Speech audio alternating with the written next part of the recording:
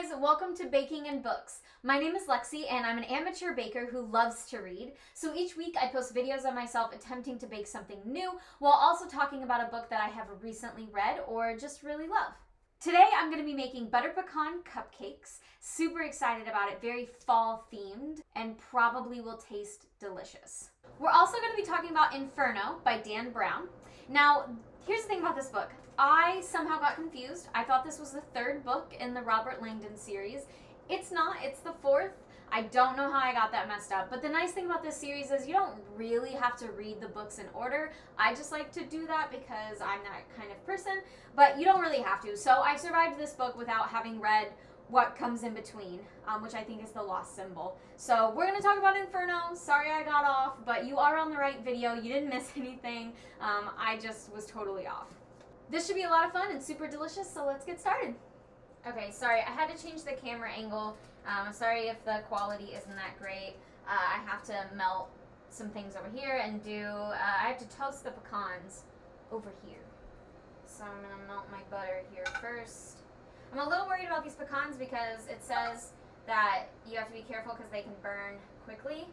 And it kind of reminds me of when I was trying to make that maple caramel syrup for the cake a while back, and I totally burned the shit out of it, so fingers crossed we do better this time. Okay, quick synopsis to get started. So Robert Langdon is again our main character, and he wakes up in a hospital in Florence without knowing how he got there. He has no memory of the last couple of days. He doesn't know anybody around him. He doesn't know where his things are. He doesn't know why he's in the hospital.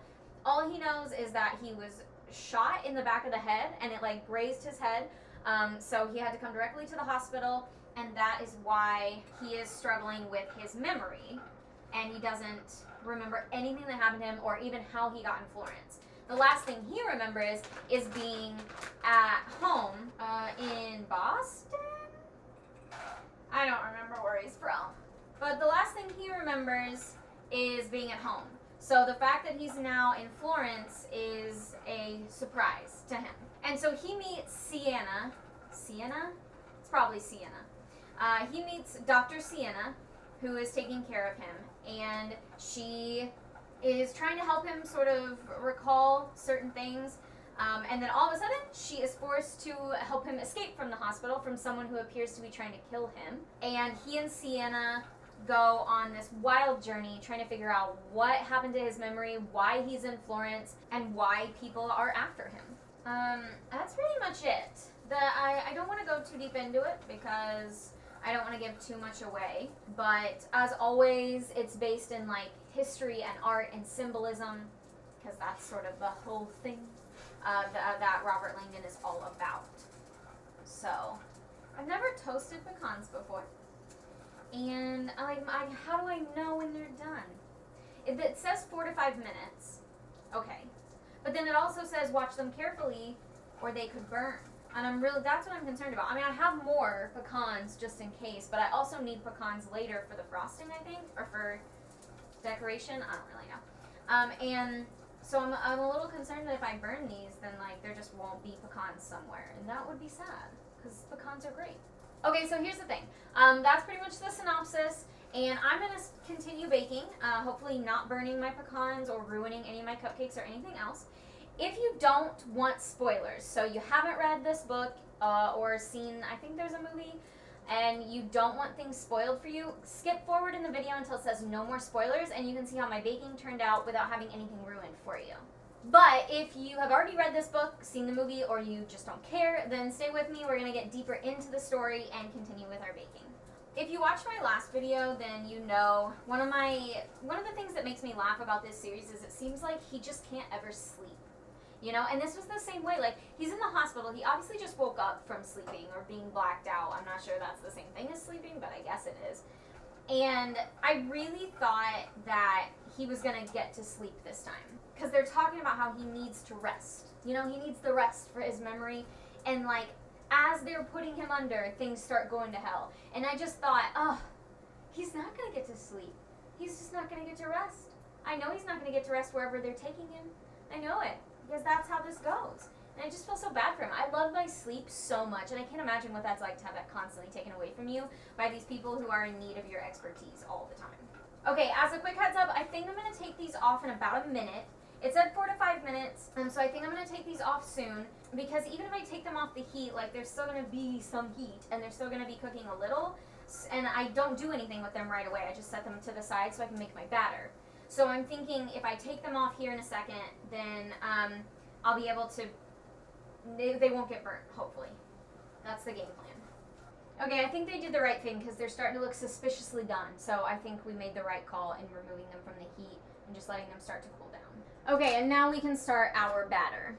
I thought it was an intriguing start to the story, though. Like, I was really curious about what was going on. Like, where did his memory go? Who took it? What has he been doing the last couple days? If he thought he was at home, and now all of a sudden he's like halfway across the world, how did he get there? What's going on? I'm very intrigued by that. And I was like, applause to the author. I am intrigued right from the start. My first thought, when we start hearing more about Bertrand, Zorbrist? I don't remember. Bertrand, the bad guy. I definitely right away am like, okay, he is here to either have some sort of like mass event, like a bombing, like a big one, or some sort of like plague or virus, which, you know, like right now seems like a bad time for me to be reading about. But here we are. But there's no other way for me that I was thinking that like you would essentially get rid of a large portion of society. Like a plague is what you're gonna have to do if that's what you're trying to do. And it is a bad time to be reading about that, but that's just where we are right now. And here's the thing, and like I know people are gonna come after me for this, so like I guess go ahead. But I think this is at least an understandable villain. And now, I mean, you guys that have been watching from the beginning probably know by now, I love a good villain. I really do. I think a good villain is what really makes the story, which is something that I do think Dan Brown is really good at in his books. I think that he's good at making like really solidly built, or I guess solidly written villains. And I think that's not an easy thing for authors to do, or even like playwrights or screenwriters, whatever. I think it's not an easy thing to do, and I think that Dan Brown does it really well. But I guess I mean that like, this is a good, well-written villain because I think he gives you a lot to think about. I think anybody who's been paying attention at all knows that our planet is in trouble, and we as a human race are in trouble. We are not taking care of our planet the way that we should be, and I know I've already got some people probably rolling their eyes at me, but we're not, and we are extremely overpopulated. I mean, think about our poor foster care system. It's completely underfunded and overworked, and it's because people are having kids that shouldn't be having kids and don't want kids. But they do anyway for various reasons. So we do have an overpopulation problem, and we do have a problem of not taking a good enough care of our planet. That's something that, I mean, is well known. Like, that's not fiction. And there are a lot of people that work really hard to change that and are working really hard to make sure that that gets changed. And I've said this before with another book. I don't remember what it was, but I've said this before where, like, we can do our part. And you don't have to do everything. Just doing little things can be a huge help. But you are always going to have people who do not agree with helping. They don't believe there's a problem. They think that, okay, maybe there is a problem, but it's so many years in the future that it's so far from being able to affect me that honestly, who cares? Which is a really terrible and selfish attitude.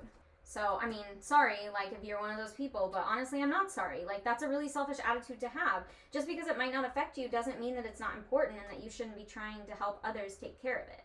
So, I think when you really stop and think about it for a second, it's easy to understand where our villain is coming from, because he sees this as like a major crisis that nobody is doing anything about. And he's thinking, well, I'm smart, I'm capable, and if nobody's going to listen, then I will just do something about it.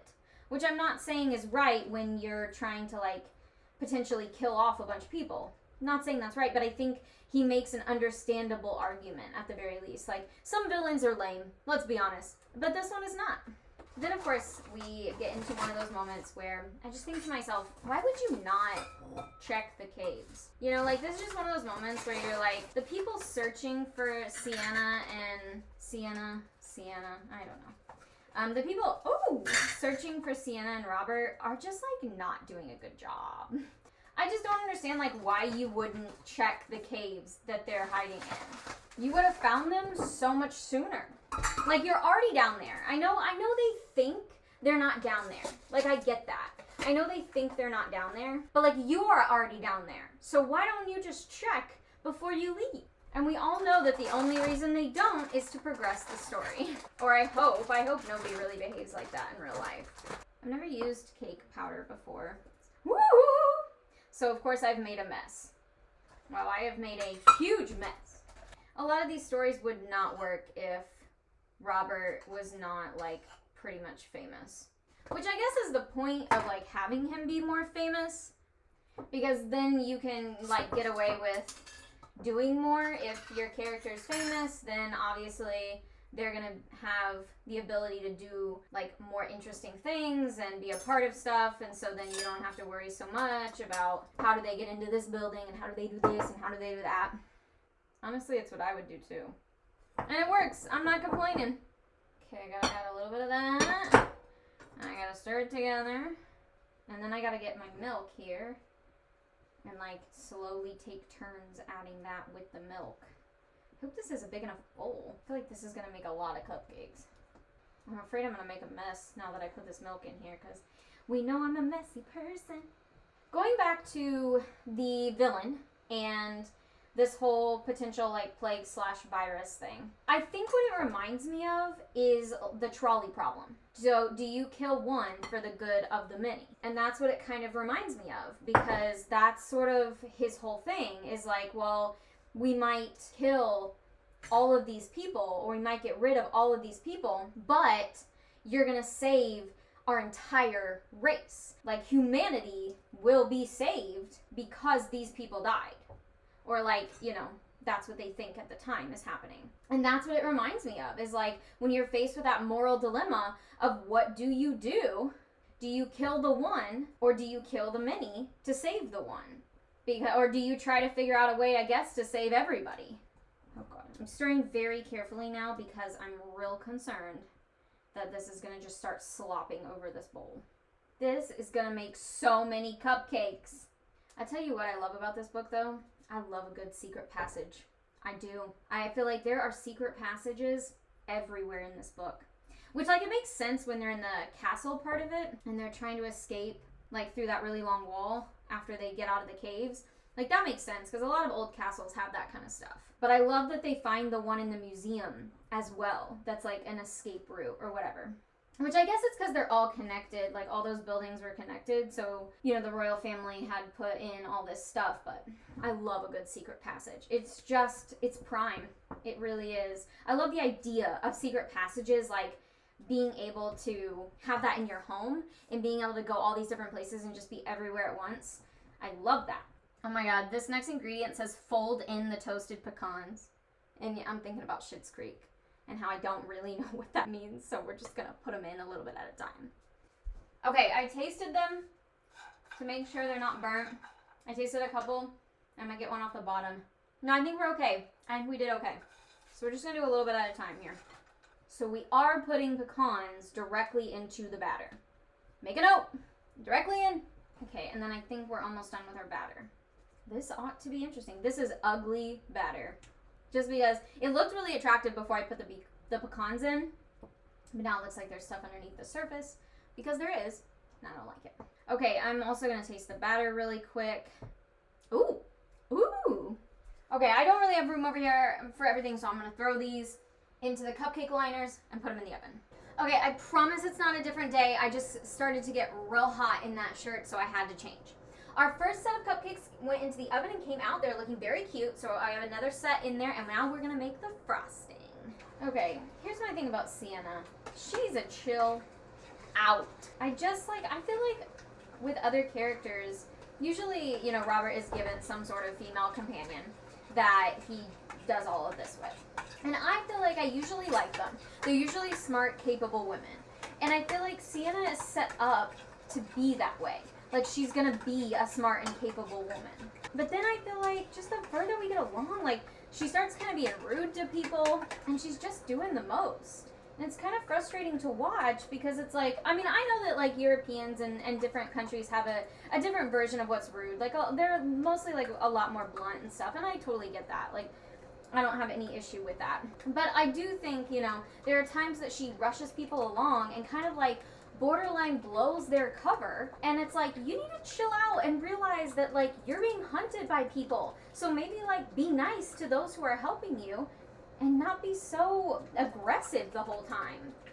I find it very odd that they trusted this guy that just shows up out of nowhere, swears he's from who, and then definitely looks like he has the plague. And he just like looks that way. I just don't understand why you would trust him. Like, he's obviously got something going on.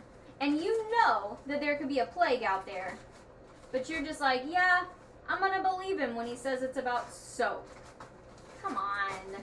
Come on, Robert, I expect better from you. That's just my thing, is I feel like, I know Robert is like caught off guard because he doesn't have his memory and stuff. I just feel like he makes some questionable decisions in this book. And it kind of irritates me because I'm like, Robert, my man, we've come too far for some of this nonsense that we're having from you. We need to chill out. I do think, and you know, I know like people may disagree with me, and that's totally fine. I personally think that this is a lot harder to read than the other two books have been. And I just feel like, for me, part of the reason is that there is a lot of history in this book.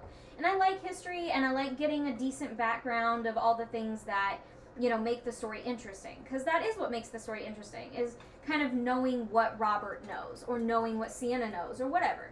You know, that's part of what makes the story interesting.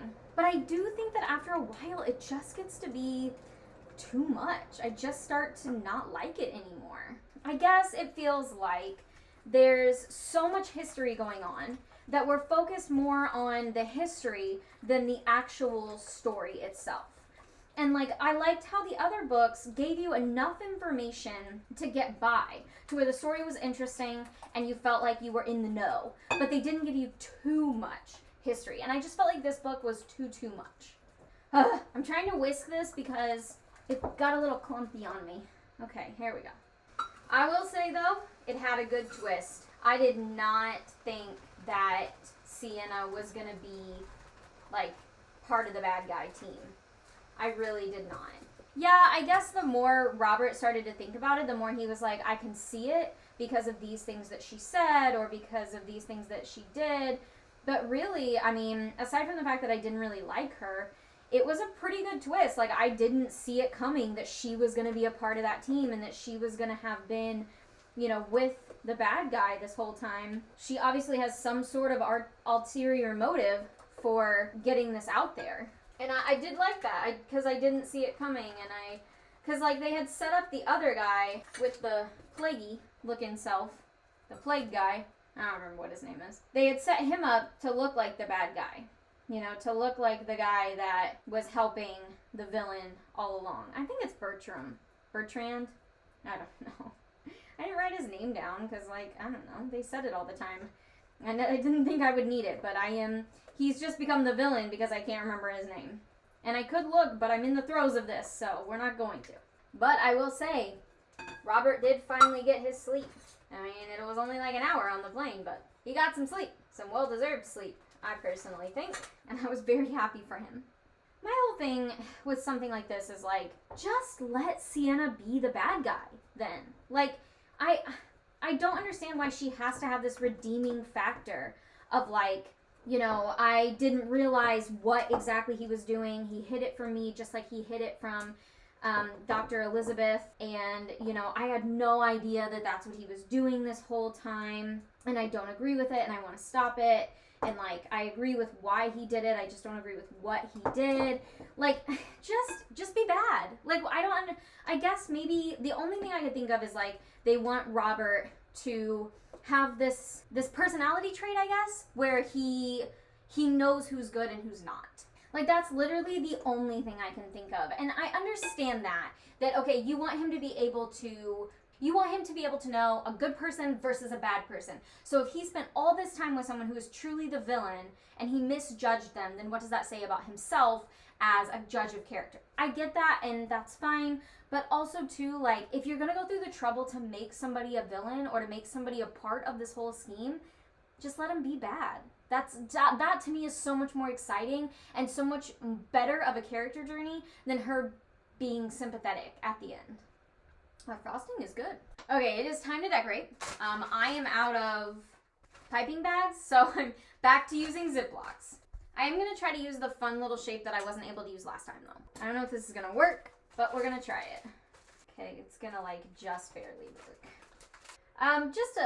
Just to finish up, I don't feel bad for the provost. Look, my guy, I understand what you're trying to do, but you literally run a company where people can pay you a crap ton of money to, like, basically get away with whatever they want to get away with.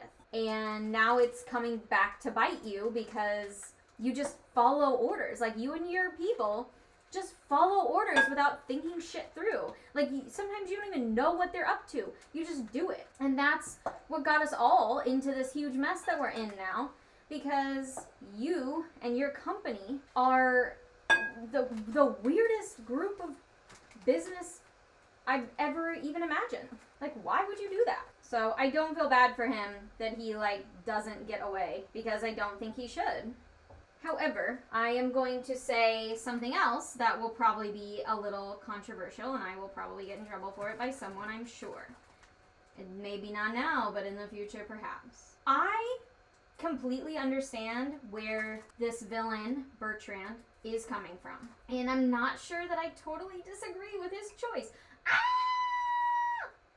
Okay, well, as I got into that, my little thing fell out of my bag, so... Oh no. Okay, well, I have a couple cute ones. And then I have that one that started to go downhill, so maybe that's the one we'll eat. Anyway, let me finish this really quick. Don't come at me. Listen to me first. We know we have a problem. Our world does not support this many people, and we're not taking care of it. So instead of going through another deadly virus, because we all know how much that sucks, and one that could have been so much worse, instead, now we just want to have the option to have kids. And while that's very sad, it does reduce the population without the insane numbers of death or hospitalizations, without the survivors feeling like shit. Like, foster kids are going to get adopted so much quicker because some people just can't have kids. And I just think if that's how you were going to do it, it's not a bad way to do it. Now, that being said, I don't agree, because you should not be able to change somebody's genetics without their consent. I'm just saying, the whole book, I thought this was going to be a plague. And I was like, that is awful. And especially once we found out it probably had already been released, I was like, where is this going? But when we found out that it was just a sterilization, I was like, oh, there are worse ideas in the world. Judge me all you want, but we got too many people on this planet, and maybe instead of killing them off, we just stop having them. Okay, if you left because of spoilers, go ahead and come back and join us. Our cupcakes are doing great. The piping didn't go well, as usual. I'll show you the ones that I got through with the cute piping of my icing. And then my icing bag broke, and it was a whole shenanigans. So here we go. There is a cupcake. There it is. Super cute. I'm not going to eat that one because it looks good. I'm going to eat the one that, like, basically exploded on me, so give me just a second. I'm pretty excited about this. I can also top these with some more pecans, but honestly I might not, because I kind of just like the way they are now. I don't think my icing is as thick as it's supposed to be. The pictures had, like, really built up thick icing, but I don't really like thick icing anyway, so that's okay. Ooh, wow. This is insanely good. I would 100% say that this was a success. Those cupcakes are so good. You can tell that the pecans were toasted before they went into the batter, which is so cool. And the frosting is a beautiful little, like, touch on top. I'm super proud of these. These are delicious. If you have any other baking recommendations that you want to throw my way, please feel free to. I'm always looking for new things to bake. I'm trying a new thing where I'm doing, like, seasonal. So these were, like, the butter pecan cupcakes, because, you know, we're getting into the fall and really getting into, like, the Thanksgiving vibe coming up. But feel free to throw me any recipes you want, because I'm always looking for more. I do recommend this book. I think if you're already familiar with the series, It's a good book to read. It drags a little bit in some spots, but I still really enjoyed it. I enjoyed the characters. I thought the journey was really fun, and overall I would definitely recommend it. If you have any other book recommendations, feel free to throw those my way as well. I am always looking for those. You can also follow me on Instagram if you want to see my book journey. I always post there what I'm currently reading. If you had a good time today, please like and subscribe. It's always a little bit of a hot mess and a little bit of fun, and I try to be here for you every week, so you never know what you're going to get, but usually it's entertaining. Thank you to those of you that watch every week. You guys are the absolute best, and I really, really appreciate you. Thank you all for hanging out with me today, and I will see you next time.